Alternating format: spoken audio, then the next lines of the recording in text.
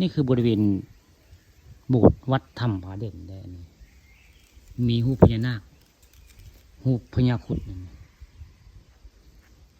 พญาครุฑก็อยู่ทางซ้ายอยู่ทางขวาพญานาคก็อยู่ทางซ้ายอยู่ทางขวาเลยนี่แหละโบสถ์วัดถ้ำผาเด่นนะวันนี้ผู้ข้าจะพาเขาไปเบิ่งในโบสถ์บนใดข้างในบนใดนี่แหละโบสถ์วัดถ้ำผาเด่นเป็นแบบนี้นะบรรยากาศก็ขางามเลยสร้างไว้ดูหลาได้เฮิง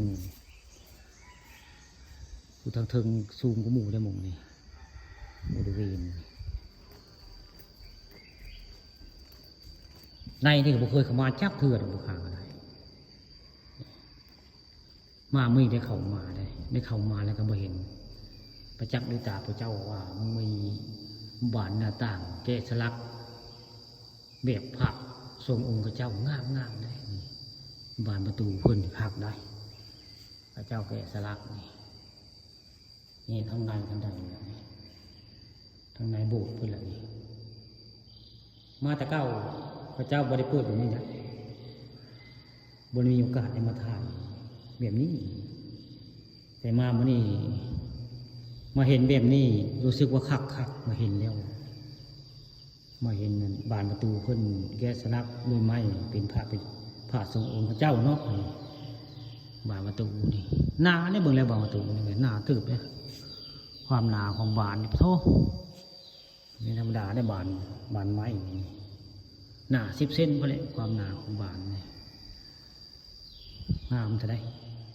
นี่ล่ะภายในวัดถ้ำผาเด่นหรือโบสถ์เนาะโบสถ์วัดถ้ำผาเด่นล่ะขักงามบานสวยเกะสลักขัก